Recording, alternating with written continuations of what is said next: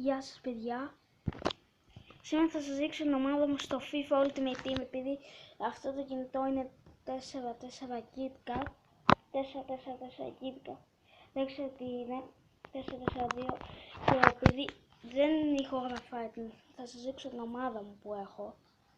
Είναι πολύ καλή ομάδα, την έστησα σήμερα. Επειδή είχα 360 κάτι χιλιάδες coins και ήθελα να φτιάξω μια καλή ομάδα και επέλεξα αυτήν. Είναι πάρα πολύ καλή ομάδα. Θα σας δείξω λοιπόν. Έκλεισε το κινητό. Και έχουμε στο striker το Χάζο που θα παίζει. Πολύ καλός. Μετά έχουμε τον Σάντρο. Μετά έχουμε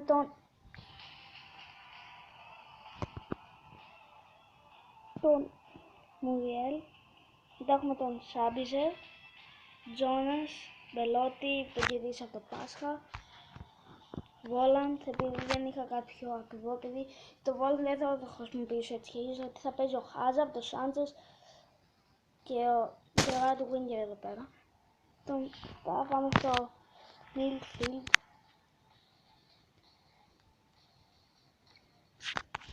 Πώς την είναι.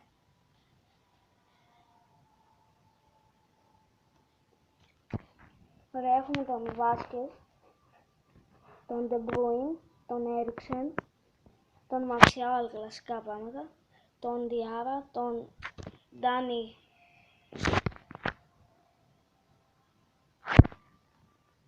Καμπάελος.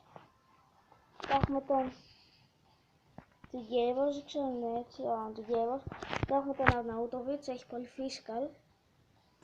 Έχουμε τον Ντανίλο Περέιρα, τον Λουίς Γκουστάβο, τον Williams, δεν ξέρω πώς λέγεται το άλλο. Και πάμε μετά. Έχουμε στο left winger back. Έχουμε τον Αλεξάνδρο τον 91, τον είχα κερδίσει. Είχα πάει στο Pro, νομίζω ότι τον είχα κερδίσει.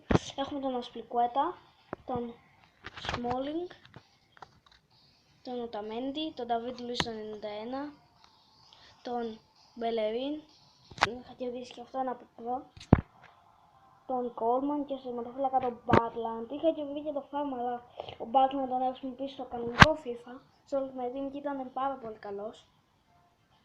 Οπότε ναι, αυτό ήταν το βίντεο παιδιά, αυτή ήταν η ομάδα μου.